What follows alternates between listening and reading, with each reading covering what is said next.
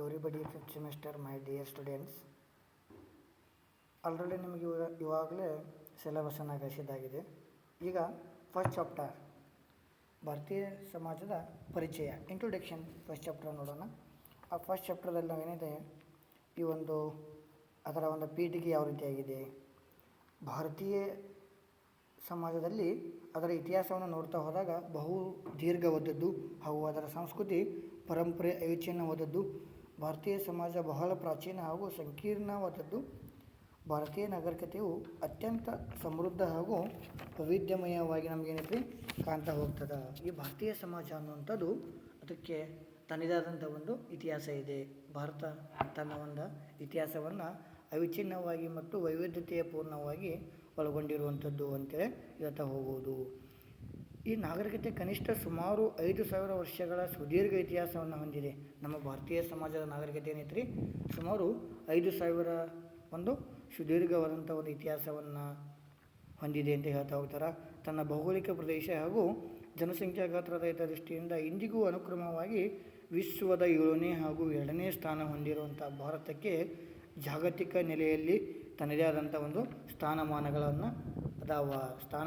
ಒಳಗೊಂಡವ ಅಂತೇಳಿ ಹೇಳ್ತಾ ಹೋಗ್ಬೋದು. ಈ ಭಾರತ ತನ್ನದೇ ಆದಂಥ ಒಂದು ಇತಿಹಾಸವನ್ನು ಯಾವ ರೀತಿಯಾಗಿ ಒಳಗೊಂಡಿದೆ ಅಂತ ನೋಡ್ತಾ ಹೋದಾಗ, ಭಾರತ ಅಥವಾ ಇಂಡಿಯಾ ಎಂದು ಇದೀಗ ಕರೆಯಲಾಗುತ್ತಿರುವ ನಮ್ಮ ದೇಶವನ್ನು ಭರತಖಂಡ, ಭರತ ವರ್ಷ ಹಾಗೂ ಜಂಬೂದ್ವೀಪ ಎಂಬುದಾಗಿ ಬಹಳ ಹಿಂದಿನಿಂದಲೂ ಗುರುತಿಸಲಾಗಿತ್ತು. ಈ ಭಾರತಕ್ಕೆ ನಾವೇನು ಕರಿತಿದ್ರು, ಮೊದಲ ಒಂದು ಬ್ರಿಟಿಷ್ ಆಡಳಿತ ಇರುವಂಥ ಸಂದರ್ಭದೊಳಗೆ ಇಂಡಿಯಾ ಅಂತ ಕರಿತಾ ಹೋಗ್ತಾ ಇದ್ದೀವಿ. ಅದೇ ರೀತಿಯಾಗಿ ಕ್ರಮೇಣವಾಗಿ ಭರತಖಂಡ, ಭರತ ವರ್ಷ ಹಾಗೂ ಜಂಬೂದ್ವೀಪ ಎಂಬುವಂಥ ಹೆಸರುಗಳನ್ನು ಹೊಂದಿರುವಂಥ ನಾವು ನೋಡ್ತಾ ಹೋಗ್ತೀವಿ. ಭರತ ಚಕ್ರವರ್ತಿ ಆಳಿದ ನಾಡು ನಮ್ಮದಾಗಿದೆ. ಭರತ ವರ್ಷ ಅಥವಾ ಭರತಖಂಡ ಎಂದೇ ನಮ್ಮ ದೇಶವನ್ನು ಬಹಳ ಹಿಂದಿನಿಂದಲೂ ಕರೆಯಲಾಗುತ್ತಿದೆ. ಈ ದೇಶವನ್ನು ಬ್ರಿಟಿಷರು ಏನೈತ್ರಿ, ಇಂಡಿಯಾ ಅಂತೇಳಿ ತಮ್ಮ ಒಂದು ಆಡಳಿತ ಅವಧಿಯೊಳಗೆ ನಮ್ಮ ಭಾರತ ದೇಶವನ್ನು ಇಂಡಿಯಾ ಅಂತ ಕರಿತಾ ಹೋಗ್ತಾ ಇದ್ದರು. ಇದು ನಮ್ಮ ಭಾರತ ತಾನು ಒಳಗೊಂಡಿರುವಂಥ ಬಹಳ ವೈವಿಧ್ಯಮಯವಾಗಿರುವಂಥ ಒಂದು ಇತಿಹಾಸ ಅಂತೇಳಿ ಹೇಳ್ತಾ ಹೋಗ್ಬೋದು. ಭಾರತವು ತನ್ನದೇ ಆದಂಥ ಯಂತ್ರತಂತ್ರಗಳ ಬಳಕೆಯನ್ನು ಒಳಗೊಂಡಿದೆ. ಉತ್ಪಾದನೆಯಲ್ಲೂ ಸಹ ಬಹಳವಾದಂಥ ಒಂದು ಪ್ರಬುದ್ಧತೆಯನ್ನು ಒಳಗೊಂಡಿದೆ. ಭಾರತದಲ್ಲಿ ಒಂದೊಂದು ಭೂಪ್ರದೇಶಕ್ಕೂ ತನ್ನದೇ ಆದಂಥ ಒಂದು ಪ್ರಾದೇಶಿಕ ಸಂಸ್ಕೃತಿ ಅನ್ನುವಂಥದ್ದಿದೆ. ವರ್ಣಗಳದಾವ, ಸ್ತರಗಳದಾವ, ಈ ರೀತಿಯಾಗಿ ಹಲವಾರು ರೀತಿಯಾದಂಥ ಒಂದು ನಮ್ಮ ಭಾರತ ಇತಿಹಾಸವು ತನ್ನದೇ ಆದಂಥ ಒಂದು ಸುದೀರ್ಘತೆಯನ್ನು, ಪ್ರಾಚೀನತೆಯನ್ನು, ಸಂಕೀರ್ಣತೆಯನ್ನು ಒಳಗೊಂಡಿರುವಂಥದ್ದನ್ನು ನಾವು ಅದರ ಒಂದು ಪೀಠಿಕೆಯಲ್ಲಿ ನೋಡ್ತಾ ಹೋಗ್ಬೋದು. ಅದೇ ರೀತಿಯಾಗಿ ಅದರ ಒಂದು ಭಾರತೀಯ ಸಮಾಜದ ಮುಖ್ಯ ಲಕ್ಷಣಗಳು ಯಾವ ರೀತಿಯಾಗಿದಾವ, ಕ್ಯಾರೆಕ್ಟರ್ಸ್ ಆಫ್ ಸೋಷಿಯಲ್ ಇಂಡಿಯನ್ ಏನ್ರಿ, ಈ ಒಂದು ಭಾರತದ ನಮ್ಮ ಭಾರತೀಯ ಸಮಾಜದ ಮುಖ್ಯ ಲಕ್ಷಣಗಳು ಯಾವ ರೀತಿಯಾಗಿದಾವ, ಕ್ಯಾರೆಕ್ಟರ್ಸ್ ಆಫ್ ಇಂಡಿಯನ್ ಸೊಸೈಟಿ ಏನ್ರಿ, ಕ್ಯಾರೆಕ್ಟರ್ಸ್ ಆಫ್ ಇಂಡಿಯನ್ ಸೊಸೈಟಿ.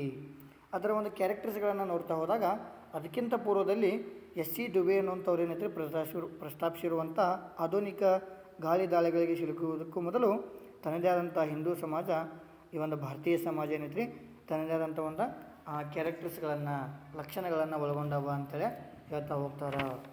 ಅದರ ಒಂದು ಮೊದಲನೇ ಒಂದು ಕ್ಯಾರೆಕ್ಟರ್ ನೋಡ್ತಾ ಹೋದಾಗ, ಫಸ್ಟ್ ಒನ್, ಆರೋಪಿತ ಅಂತಸ್ತಿನಲ್ಲಿ ನಂಬಿಕೆ ಇರಿಸಿದ ಸಮಾಜ ಏನ್ರಿ, ಆರೋಪಿತ ಅಂತಸ್ತಿನಲ್ಲಿ ನಂಬಿಕೆ ಇರಿಸಿದ ಸಮಾಜ ಅಂತೇಳಿ ಹೇಳ್ತಾ ಹೋಗ್ಬೋದು. ಅದರ ಒಂದು ವಿವರಣೆ ಯಾವ ರೀತಿಯಾಗಿದೆ ಅಂದರೆ, ಪರಂಪರಾಗತ ಹಿಂದೂ ಸಮಾಜವು ಆರೋಪಿತ ಅಂತಸ್ತಿನಲ್ಲಿ ನಂಬಿಕೆ ಇಟ್ಟು ಸಮಾಜವಾಗಿದೆ ಏನ್ರಿ. ಈ ಒಂದು ಸಂಪ್ರದಾಯ ಹಿಂದೂ ಸಮಾಜ ಅಂತ ಏನು ಕರೀತಾ ಹೋಗ್ತೀವಿ, ಪರಂಪರಾಗತ ಅಂದರೆ ಒಂದೇ, ಸಂಪ್ರದಾಯ ಅಂದರೆ ಒಂದೇ.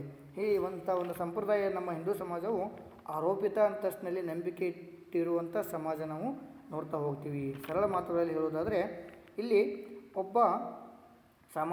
ಒಬ್ಬಾತನು ಸಾಮಾಜಿಕ ಅಂತಸ್ತು, ಆತ ಯಾವ ಜಾತಿಯಲ್ಲಿ ಹುಟ್ಟುತ್ತಾನೋ ಅದನ್ನು ಆಧರಿಸಿ ನಿರ್ಧರಿಸಲಾಗ್ತದೆ. ನಮ್ಮ ಭಾರತದೊಳಗೆ ಏನಂತ್ರಿ, ಒಬ್ಬ ಮನುಷ್ಯ ಯಾವ ಜಾತಿಯಲ್ಲಿ ಹುಟ್ಟುತ್ತಾನೋ ಅಥವಾ ಯಾವ ಧರ್ಮದಲ್ಲಿ ಹುಟ್ಟುತ್ತಾನೋ ಆ ಜಾತಿಯನ್ನು ಆಧರಿಸಿಕೊಂಡು ಆ ಮನುಷ್ಯನನ್ನು ನಾವೇನೈತ್ರಿ ಗುರುತಿಸ್ತಾ ಹೋಗ್ತೀವಿ, ಐಡೆಂಟಿಫೈ ಮಾಡ್ತಾ ಹೋಗ್ತೀವಿ ಅಂತೇಳಿ ಹೇಳ್ತಾ ಹೋಗ್ಬೋದು.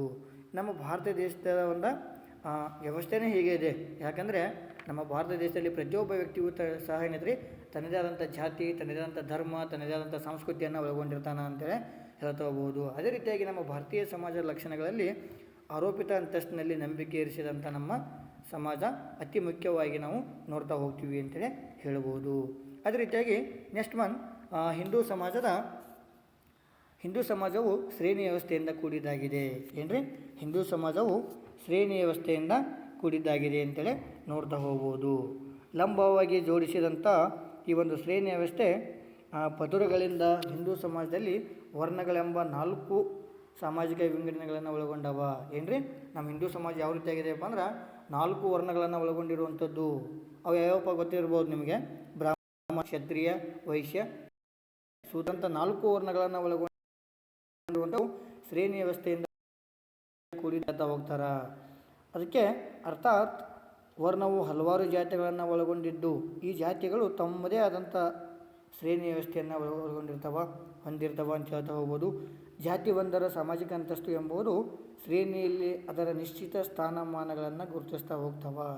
ಏನ್ರಿ, ಈಗ ಬ್ರಾಹ್ಮಣ ವೇದ ಪಠಣಗಳನ್ನು ಮಾಡುವಂಥದ್ದು, ಕ್ಷತ್ರಿಯ ಆಡಳಿತವನ್ನು ಮಾಡುವಂಥದ್ದು, ವೈಶ್ಯ ಏನ್ರಿ ಸಮಾಜ ಸೇವೆ ಅಥವಾ ಸಾಮಾಜಿಕ ಕೆಲಸವನ್ನು ಮಾಡುವಂಥದ್ದು, ಶೂದ್ರರು ಈ ಮೇಲೆ ಹೇಳಿರುವಂಥ 3 ವರ್ಣಗಳ ಹೇಳಿದ ಹಾಗೆ ಅವರ ಸೇವೆಯನ್ನು ಸರ್ವಿಸ್ ಏನಂತೀವಿ ನಾವು, ಅವರ ಸೇವೆಯನ್ನು ಮಾಡುವಂಥ ಒಂದು ವರ್ಣವೇ ಈ ಶೂದ್ರ ವರ್ಣ ಅಂತೇಳಿ ಹೇಳ್ತಾ ಹೋಗ್ಬೋದು. 4 ವರ್ಣಗಳು ಸಹ ಮನುಷ್ಯನ ಒಂದೇನೈತ್ರಿ ಶ್ರೇಣಿ ವ್ಯವಸ್ಥೆಯನ್ನು ಒಳಗೊಂಡಿರುವಂಥದ್ದು ಅಂತೇಳಿ ಹೇಳ್ತಾ ಹೋಗ್ಬೋದು. ಅದೇ ರೀತಿಯಾಗಿ ನಮ್ಮ ಒಂದು ಭಾರತೀಯ ಸಮಾಜದ ಲಕ್ಷಣಗಳಲ್ಲಿ ಥರ್ಡ್ ಒನ್ ಏನೈತ್ರಿ, ಕಾರ್ಯಾಚರಣೆಯ ಆಧಾರದ ಮೇಲೆ ಮಾಡಲಾಗುವ ಅಂತಸ್ತಿನ ಮೌಲ್ಯಮಾಪನ ಅಂತೇಳಿ ಹೇಳ್ಬೋದು. ಏನ್ರಿ, ಕಾರ್ಯಾಚರಣೆಯ ಆಧಾರದ ಮೇಲೆ ಮಾಡಲಾಗುವ ಅಂತಸ್ತಿನ ಮೌಲ್ಯಮಾಪನ ಆಯಾ ವ್ಯಕ್ತಿಯ ಒಂದು ಕೆಲಸ ಕಾರ್ಯಗಳನ್ನು ಆಧಾರವಾಗಿಟ್ಟುಕೊಂಡು ಅವನ ಒಂದು ಏನೈತ್ರಿ ಅಂತಸ್ತನ್ನು ಮೌಲ್ಯಮಾಪನ ನಾವೇನಂತೀವ್ರಿ ಅದಕ್ಕೆ ವ್ಯಾಲ್ಯುವೇಷನ್.